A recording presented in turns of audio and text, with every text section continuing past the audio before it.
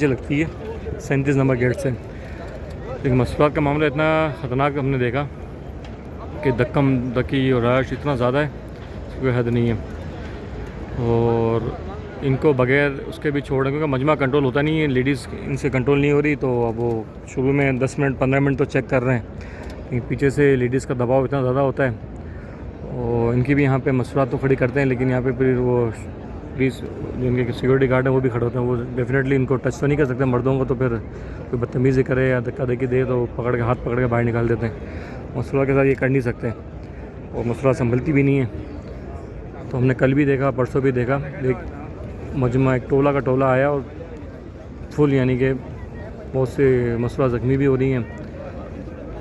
तो मसूरा से ये दरख्वास्त है भाई, कोशिश करें कि इनको एक दफ़ा मौका मिल गया तो अगली दफ़ा ना जाएं, ताकि दूसरों को भी मौका मिले। देखिए मर्दों का कितना सुकून से मामला हो रहा है, ये कितना सुकून से मामला हो रहा है। और रात को मसूरात का अलग ही मामला होता है इशा के बाद, वो वीडियो में बना नहीं सकता क्योंकि लेडीज़ हैं। तो इतनी मुक़द्दस जगह में आए हो, यहाँ पर भी हम बेवसूली करें मुसलमान को ईज़ा देना, चाहे वो किसी भी मुल्क का हो, किसी कतन जायज़ नहीं है। एक नफली इबादत के लिए हम हराम काम कर लें। अस्सलाम वालेकुम।